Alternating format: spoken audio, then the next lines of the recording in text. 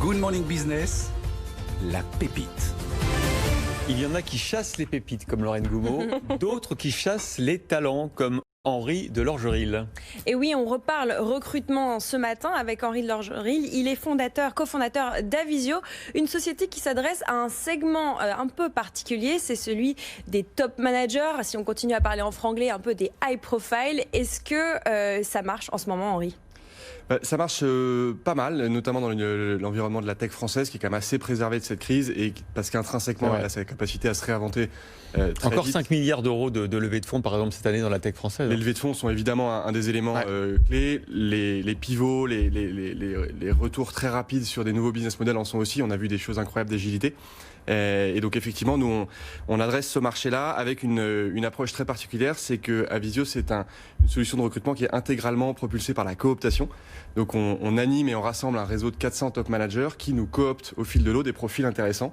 Et donc c'est ces profils-là qui sont souvent des profils très pénuriques, très sous le radar, qu'on place chez nos clients. Mais alors, ce sont des sortes de rabatteurs. Absolument. Et que vous rémunérez, du coup ? Absolument. On reverse une partie de notre chiffre d'affaires aux rabatteurs. aux rabatteurs. Et comment vous recrutez vos rabatteurs ? Parce que c'est un double travail de recrutement, votre entreprise. Pareil, tout ça se fait beaucoup en réseau, donc il y a beaucoup de cooptation entre experts.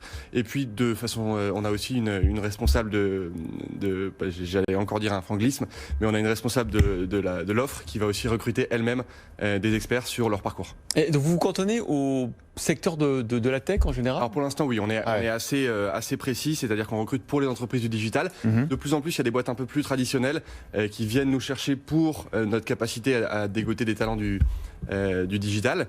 Et puis depuis plus récemment, depuis cet été et la fin du Covid, on a vu un mouvement très important. Vous avez été boosté par la crise ? Ouais, de fait, on a profité de la crise en étant assez malin et assez audacieux. Et par ailleurs, à la fin du Covid, on a constaté que pas loin de 40% de nos candidats voulaient partir en région. Et donc on a lancé une équipe spécialisée dans l'accompagnement des clients en région qui recrutent des talents parisiens. Vous parce qu'il y a une pénurie. sentez une accélération là, de l'envie des talents de partir de Paris? C'est massif. Massif. Est-ce qu'ils passeront tous à l'action? On le verra d'ici 3-4 mois, le temps que les projets se concrétisent. Mais oui, c'est massif.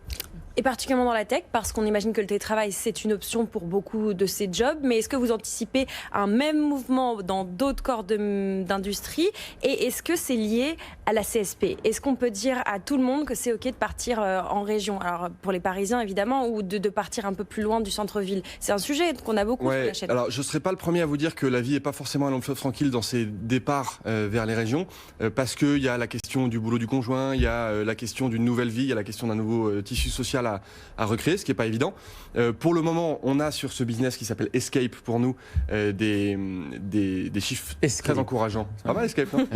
Des chiffres très encourageants. C'est un bureau qui est basé à Nantes et qui sert toutes les villes, les 6 plus grandes villes de France depuis Nantes. Pardon? Oui, non, j'allais aller dans votre sens. Donc Bordeaux, Lyon, Marseille, c'est là que vous alors dans l'ordre, développez l'activité. Nantes, Lyon, Bordeaux, Marseille. C'est les 4 favorites de nos candidats.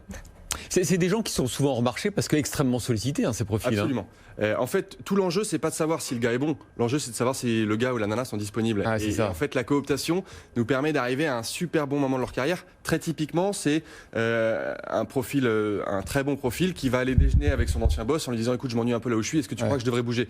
Et moi, je reçois un formulaire sur le site, un quart d'heure après, je suis le premier sur l'info. D'accord. Et est-ce que du coup, pour les débaucher, il faut souvent augmenter sensiblement leur rémunération? Alors, le Covid a calmé un peu l'inflation sur les salaires. D'accord. Et notamment, de quel ordre, Henri, à peu près? C'est assez variable selon les métiers. Sur les salaires commerciaux, il y a eu une vraie baisse. Les commerciaux ont continué à beaucoup recruter, mais avec une vraie baisse de l'ordre de peut-être de 10-15 points. Mais c'était très inflationniste sur les années précédentes, notamment sur les postes de management. Et puis, il n'y a pas forcément de recul, mais il y a, on va dire, un tassement de la croissance. Merci Henri de Lorgeril, cofondateur d'Avisio. Merci Lorraine Goumeau pour cette nouvelle pépite aujourd'hui.